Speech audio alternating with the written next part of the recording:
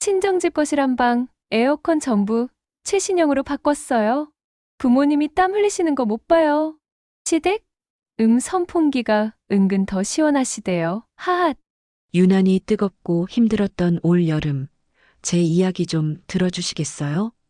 폭염주의보가 한 달째 이어지고 있었어요.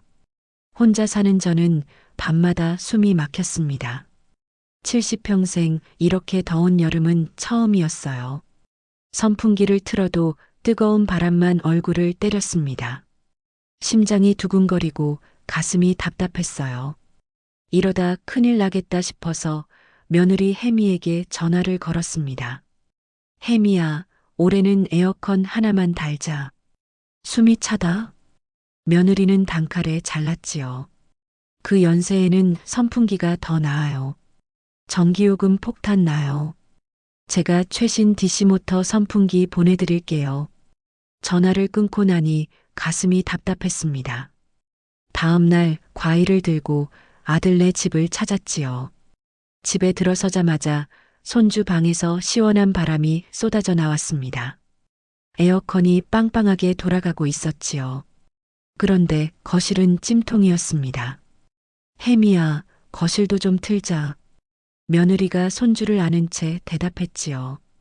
문 열면 차가운 공기 다 샌다니까요. 거실은 선풍기가 효율적이에요. 말끝이 따가웠습니다.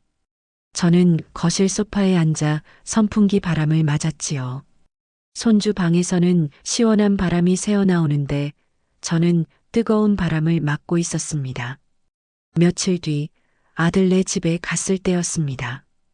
이번엔 거실도 시원했어요. 에어컨이 빵빵하게 돌아가고 있었습니다. 며느리 혜미가 휴대폰 거치대 앞에 앉아 있었어요. 안녕하세요. 여러분, 오늘 육아 꿀팁 알려드릴게요. 라이브 방송 중이었습니다. 저녁을 먹고 손주를 재웠어요. 부엌에서 물 한 잔 마시는데 식탁에 며느리 휴대폰이 놓여 있었습니다. 화면이 딱 켜져 있었어요. 라이브 방송 리플레이였습니다. 친정집 거실 한방 에어컨 전부 최신형으로 바꿨어요. 부모님이 땀 흘리시는 거 못 봐요. 시댁, 선풍기가 은근 더 시원하시대요. 핫. 내가 제대로 들은 건가 싶었습니다. 손이 떨렸습니다. 설마 했어요. 저는 휴대폰을 내려놨어요. 다시 돌려보기도 심장이 두근거렸습니다. 아들 대호가 옆방에서 게임을 하고 있었습니다. 제 눈치를 한 번도 안 봤어요. 그래서 제가 잘못 들었나 생각했습니다. 며느리는 방송할 땐 에어컨을 26도로 틀어놓습니다. 시청자분들 너무 덥죠? 저는 에어컨 빵빵하게 틀고 있어요. 방송할 때도 며느리는 선풍기를 켭니다. 하지만 제가 덥다고 할 때는 전기비, 나이 핑계 삼아 선풍기를 켜지요. 어머니, 선풍기가 건강에 더 좋아요. 다음 날 점심이었어요. 저는 선풍기를 켜지 않았습니다. 땀방울이 목 뒤를 타고 흘렀어요. 며느리가 물었습니다. 어머니, 선풍기 틀어드릴까요? 저는 고개를 저었어요. 그때 생각했습니다. 바람 세기가 아니라 방 온도가 사람을 살린다고요. 며느리는 손주 방 온도를 22도로 맞춰놨군요. 그런데 제 방은 선풍기면 충분하다고 합니다. 집으로 돌아오니 택배가 와 있었습니다. 며느리가 보낸 DC모터 선풍기였지요. 박스를 뜯어 설치하고 최대 풍량으로 틀었습니다. 바람은 세게 나왔지요. 하지만 방 온도는 그대로였습니다. 뜨거운 공기만 더 세게 얼굴을 때렸지요. 밤이 되자 더 심해졌습니다. 창문을 열어도 뜨거운 바람만 들어왔지요. 심장이 쿵쿵 뛰었습니다. 숨이 턱까지 차올랐지요. 새벽 2시 잠을 못 이루고 냉장고 문을 열었습니다. 차가운 공기를 쐬며 생각했지요. 손주는 22도 방에서 담요 덮고 자는데 저는 냉장고 앞에서 숨을 쉬고 있다고요. 며느리 말이 계속 맴돌았습니다. 그 연세에는 선풍기가 더 나아요. 시어머니는 선풍기가 은근 더 시원하시대요. 거실은 선풍기가 효율이에요. 선풍기면 충분하다고요? 의사 선생님이 고혈압 조심하라고 했는데요. 밤에 숨 막혀서 깨는데요. 그런데 다음날 오후였습니다. 아들네 집에 김치를 가져다 주러 갔어요. 현관문이 열려 있었습니다. 안에서 며느리 목소리가 들렸어요. 전화 통화 중이었습니다. 네, 어제 친정엄마 댁 거실이랑 안방 에어컨 2대 잘 설치됐죠? 제 손이 얼어붙었습니다. 현관에 서서 숨을 죽였어요. 일시불 결제 맞아요. 우리 엄마 혈압 때문에 시원해야 돼서요. 시어머니 댁은 선풍기면 충분하죠. 저는 조용히 휴대폰 녹음 버튼을 눌렀습니다. 손이 떨렸지만 끝까지 녹음했어요. 며느리가 전화를 끊는 소리가 들렸습니다. 저는 김치를 현관에 놓고 내려왔어요. 그날 밤도 잠을 못 잤지요. 방송을 잘못 들었나 생각했었는데 제대로 들은 걸 확인한 날이었습니다. 선풍기 소리만 방 안을 채웠습니다. 뜨거운 바람이 얼굴을 때렸지요. 눈물이 났습니다. 돈이 없어서 에어컨을 못 사는 것도 아니지요. 전기요금이 부담돼서 못 쓰는 것도 아닙니다. 그런데 며느리는 제게 선풍기가 더 낫다고 하지요. 새벽 3시였습니다. 저는 결심했지요. 이대로는 안 되겠다고요. 다음 날 아침이었습니다. 며느리한테서 전화가 왔어요. 어머니, 선풍기 잘 쓰고 계시죠? DC모터라 전기도 안 나와요. 저는 짧게 대답했습니다. 그래. 혹시 필요하신 거 있으세요? 없다. 전화를 끊었어요. 가슴속에서 뭔가가 꿈틀거렸습니다. 어제 들은 방송 내용과 통화 내용이 계속 맴돌았어요. 친정어머니 댁 에어컨 2대, 일시불. 그런데 저한테는 DC모터 선풍기입니다. 오후에 복지관에 갔어요. 폭염 대피소가 운영 중이었습니다. 에어컨이 빵빵하게 돌아가는 강당에 어르신들이 모여 있었어요. 옆자리 할머니가 말을 걸었습니다. 집에 에어컨 없으세요? 있긴 한데 안 틀어요. 전기요금 때문에 고개를 끄덕였습니다. 거짓말이었어요. 전기요금이 문제가 아니라 며느리가 문제였습니다. 할머니가 한숨을 쉬었어요. 요새 젊은 것들은 친정 부모만 부모지. 그 말에 가슴이 철렁 내려앉았습니다. 맞는 말이었어요. 며느리는 친정 어머니한테는 에어컨 2대를 달아드렸습니다. 시어머니한테는 선풍기가 더 낫다고 했어요. 저녁에 집에 돌아왔습니다. 선풍기만 돌아가는 방에 누웠어요. 휴대폰을 켜서 녹음한 내용을 들었습니다. 며느리 목소리가 또렷하게 들렸습니다.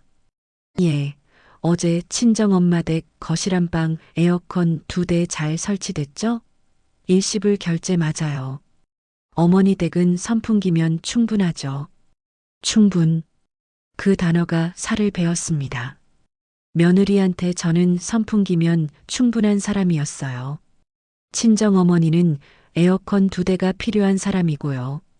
손주는 22도 방에서 자야 하는 아이고요.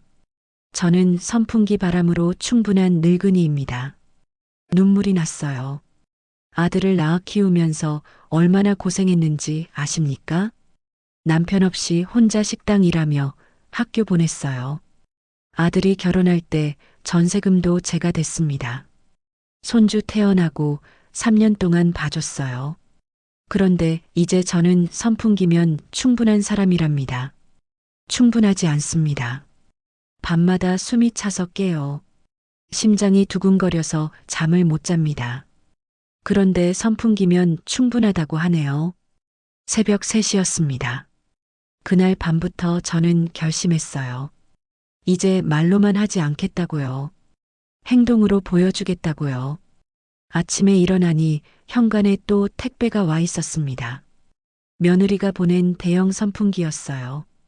박스를 뜯으니 메모가 붙어 있었습니다.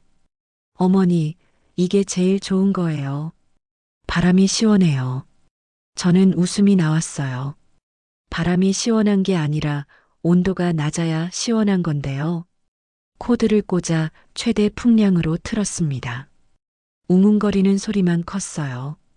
뜨거운 공기가 더 세게 얼굴을 때렸습니다.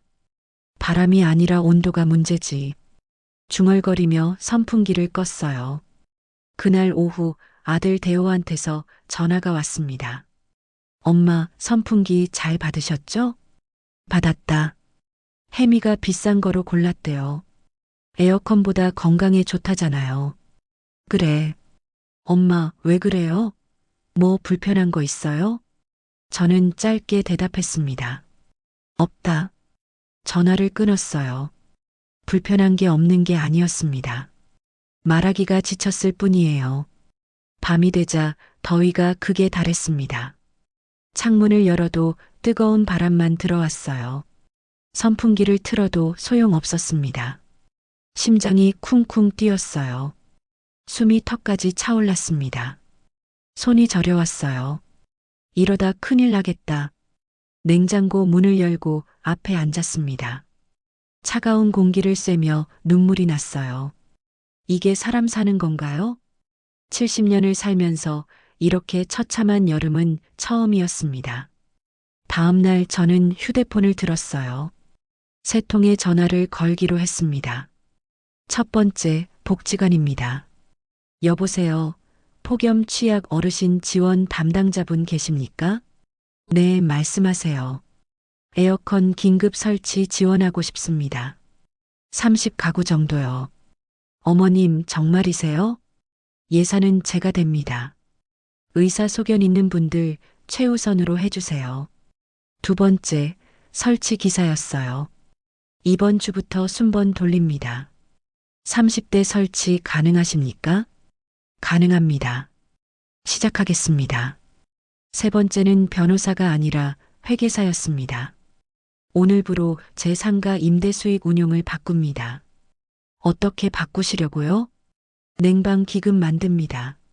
자세한 건 내일 뵙죠. 전화를 끊고 현관으로 나갔어요. 며느리가 보낸 새 선풍기가 놓여 있었습니다. 저는 노란 스티커를 하나 떼어 붙였어요. 폐기.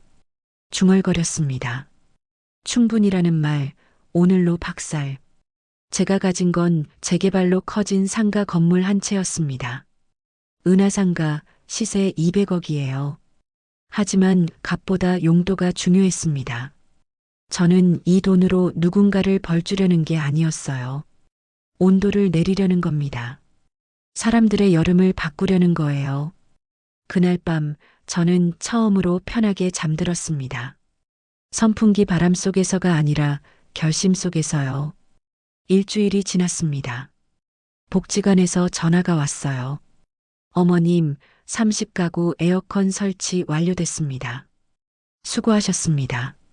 어르신들이 눈물 흘리며 고마워하세요. 정말 감사드립니다. 전화를 끊고 창밖을 봤어요. 뿌듯했습니다. 그날 저녁이었어요. 아들한테서 다급한 전화가 왔습니다. 엄마, 복지관에 에어컨 30대 달았다며? 그게 무슨 돈으로 한 거야? 동네에 소문이 퍼진 겁니다. 저는 짧게 대답했어요. 내 돈으로 했다. 엄마, 그게 무슨... 전화를 끊었습니다. 회계사한테서 서류가 도착해 있었어요. 은하 냉방기금 집행계획서. 제 상가 임대 수익으로 만든 기금입니다. 매년 임대 수익의 70%를 냉방 지원에 쓰기로 했어요.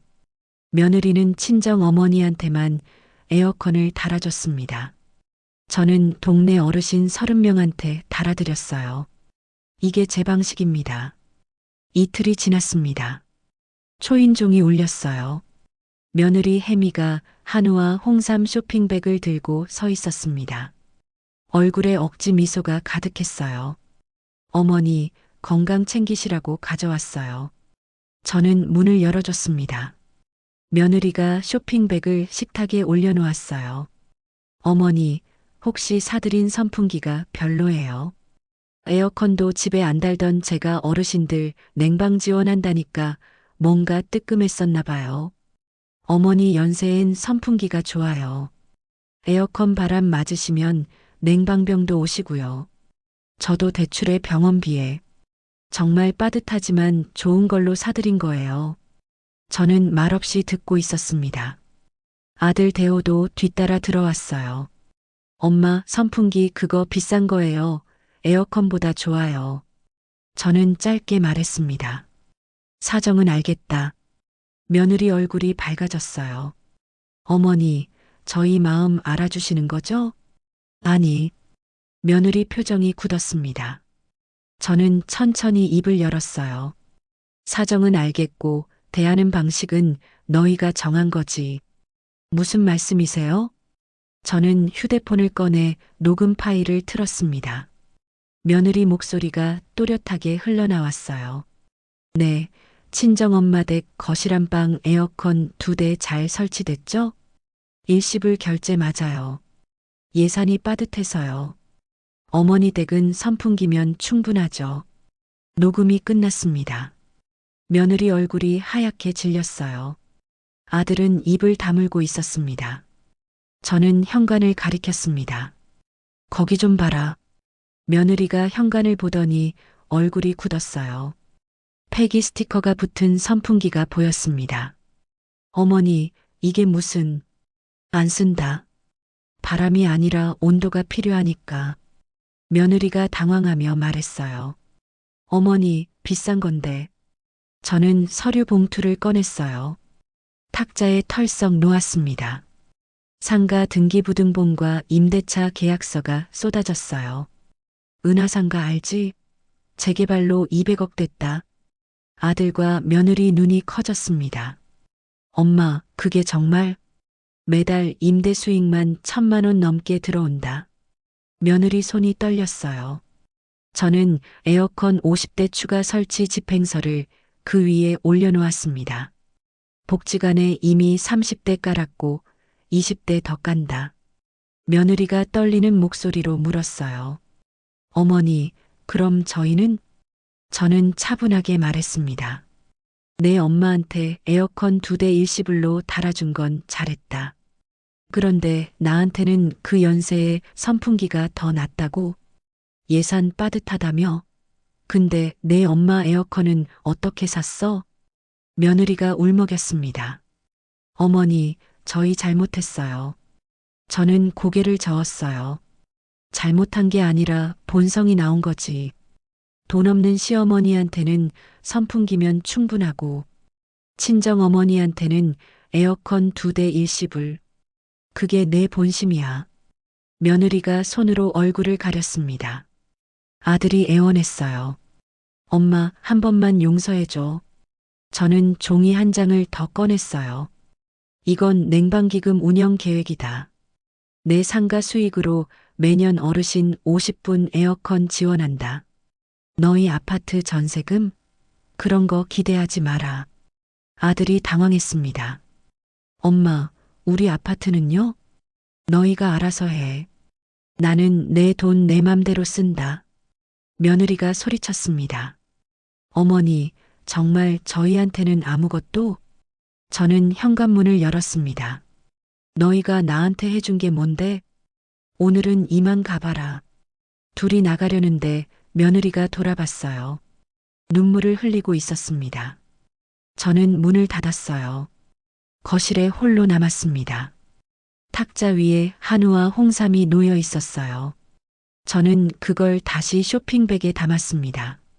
내일 복지관에 기부하려고요. 중얼거렸어요. 충분이라는 말, 오늘로 박살. 내 반격은 이제 시작이다. 제 반격은 누군가를 처벌하는 게 아니었습니다. 온도를 내리는 방향으로 시작한 겁니다. 선풍기면 충분하다고 했던 그 말들을 하나씩 되돌려 줄 거예요. 말로가 아니라 행동으로요. 일주일 뒤였습니다. 동사무소 회의실을 빌렸어요. 가족만 모이는 자리였습니다. 아들 대호와 며느리 혜미가 들어왔어요. 둘 다 얼굴이 굳어 있었습니다. 저는 2개의 서류 봉투를 탁자에 올려놨어요. 말없이 첫 번째 봉투를 열었습니다. 은하 냉방기금 집행 계획서였어요. 오늘부터 제 단독으로 에어컨 50대를 추가로 설치합니다. 재원은 상가 임대 수익 전용 계좌에서 나가요. 복지관에 이미 30대 깔았고 20대 더 깝니다. 어르신들이 폭염으로 쓰러지는 거 못 봐서요. 며느리 얼굴이 창백해졌습니다. 저는 두 번째 봉투를 열었어요. 재산 사용과 상속 계획서였습니다. 매년 임대 수익의 70%를 냉방기금에 씁니다. 상가 매각하면 80%는 연구 출연, 20%는 손주 교육 신탁이에요. 며느리 눈이 커졌습니다. 저희는요? 저는 짧게 대답했어요. 너희 부부한테는 정기 지원 없다.